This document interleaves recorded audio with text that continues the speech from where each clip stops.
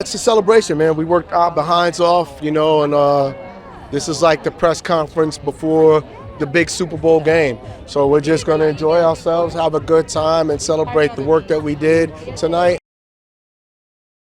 I'm excited to see what a roller coaster this movie is. It's a movie you got to see 2-3 times. This is not a movie you see one time. This movie you got to see 2 or 3 times because you're going to feel some type of way when you leave the theater the first time. And then you're going to miss things along the way, so you got to see it. And then the third time you see it, you're really going to be like, wow, that was an enjoyable movie. It's like a roller coaster ride. You get off and you're like, oh my God, I almost died. It was scary to death.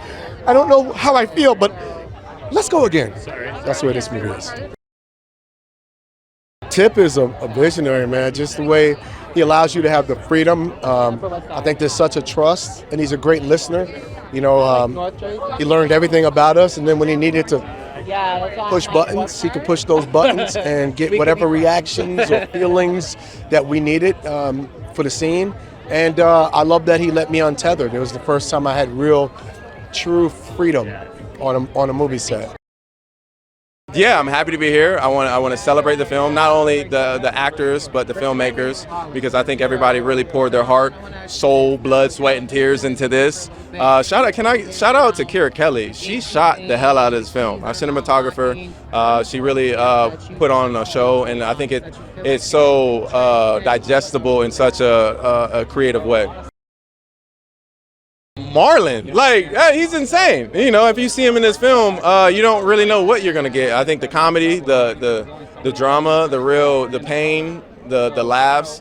But yeah, I think that's the beauty of horror. You get to experience with other people. You get to really lock in, and things that might not affect you might affect me, and feel people's energy, and then feel people's laughter. And I think that's the beauty of this film. I think it's a organic mesh between the comedy and drama and the scare factors of this film.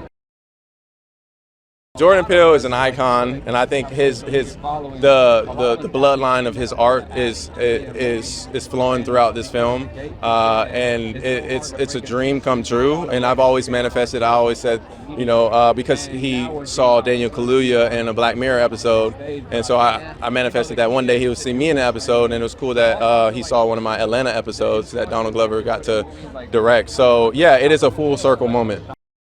I mean, it feels so surreal because it's like, when you're shooting the movie or when you're reading the script, it's like you never really can imagine it all the way up until this moment. And it's always just like, wow, we really did that. That one Zoom conversation with Justin, and now we're here. And, movies are like big miracles. Every time one is made, it does feel like the cosmos aligned, and it's just wild. So it's just really cool. It's honestly an incredible movie. I've actually already seen it, but I'm going to watch it again because it's that good, and I never do that. I feel like there hasn't really been a film that's about this specific topic, and just like the cost of greatness and how heavy that crown is to wear, and how at any corner, any turn, there's someone that wants to take it from you, and how isolating and how lonely it is at the top, and how it just kind of makes you go a little crazy. So, there's a lot to unpack. I'm so excited to go on TikTok after it comes out and just watch the think pieces on this, because I know that people are going to be picking stuff up that even I missed. So I'm just really excited for the social discourse once this comes out and hits theaters tomorrow.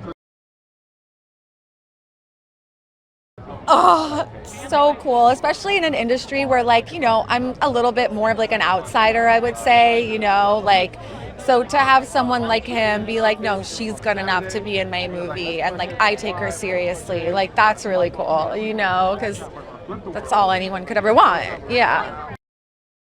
Justin and I were really in lockstep from the beginning of the script and revisions, and he kept talking to me about all these brain scans that were going to be in the movie, and so I started sampling CT machines and making all this kind of techno beats with that, and then incorporating that into orchestra, and found a kids choir and a gospel choir, and it's really the movie is so visually rich that it really gave me a lot of license to just throw there's one singular theme that goes throughout the movie, and that gets kind of transposed and worked in with all these different elements of choir and strings and guitars and violin, you know. So he gave me license to kind of take that theme and make a big tapestry kind of with whatever I wanted.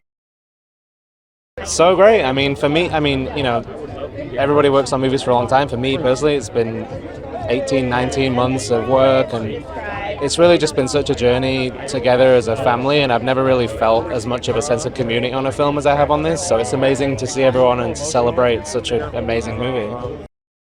This is huge for me. This is like one of those dreams. You know what I mean? Like, this is like a fantasy. It's that thing that you dream of the whole time that, you know, I'm not gonna cry. Give me that. I'm not gonna cry. There you go.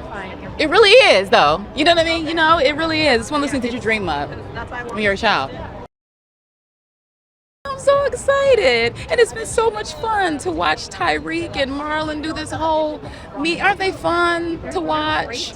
You know, and he's such a sweetheart. He was such a wonderful leader of this film. I mean, both of them. You know what I'm saying? It's like, it's really a lovely experience. Not only is it going to be a quality experience watching it, you know, you're really going to get your suspense, but you know it's going to say something. You know, it's going to mean something, and it's going to leave an indelible mark on the culture forever. And to be a part of this is, it's indescribable. The sports element of it and horror, that seems novel, seems fresh. You know, it's good to have a good, like, sell your soul to the devil movie. I think we need those every 10 years or so. I love those kind of movies. I'm so lucky I got to be in 2 of these movies of his that he's been in charge of, and I'm one of the repertory players in this monkey paw world, so I feel very lucky. It's so exhilarating, so exciting to see how the anticipation of this movie has touched so many people in so many different ways. And I think a lot of it goes to, you know, a lot of movies, you can sell them a bunch of different ways, and the real honor about us working on this film is that it can be a lot of different things. And I think this movie will bring the horror fans in, it'll bring the drama fans in, it'll bring the Marlon Wayans fans in, and hopefully we'll make a legions of Justin Tipping and Tyriq Withers fans as well.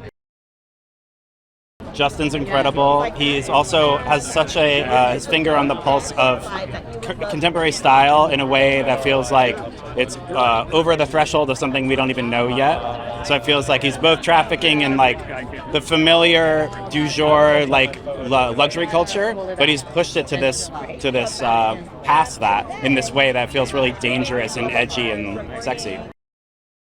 It's overwhelming, honestly. Like, it's been a wave, like every minute changes one to the next, where it's like overwhelmed with grateful, and then overwhelmed with anxiety and nerves, and like not sure, because, you know, it's shutting down Hollywood Boulevard at the Chinese Theater is like a dream, and I never didn't know if it was possible, but here I am. So yeah, it means a lot.